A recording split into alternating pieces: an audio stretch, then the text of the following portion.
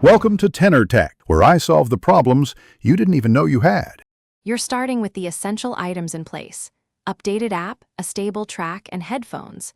Now open Spotify, go straight to settings and find playback or audio, then tap Equalizer. Once you're there, choose a preset to hear a bass line. This saves time.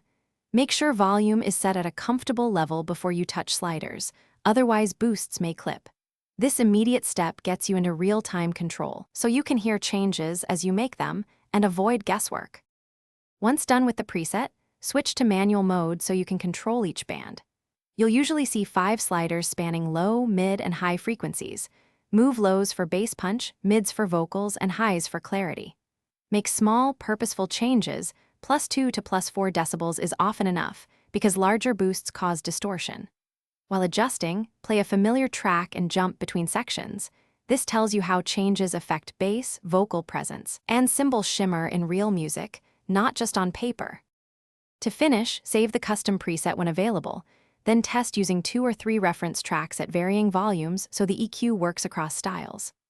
Once satisfied, switch between devices to confirm consistency. Mobile headphones and laptop speakers will reveal different balances.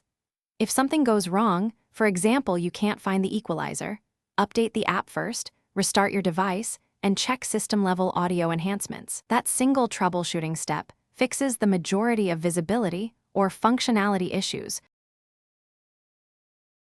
Thanks for watching. Subscribe to keep your life in tune.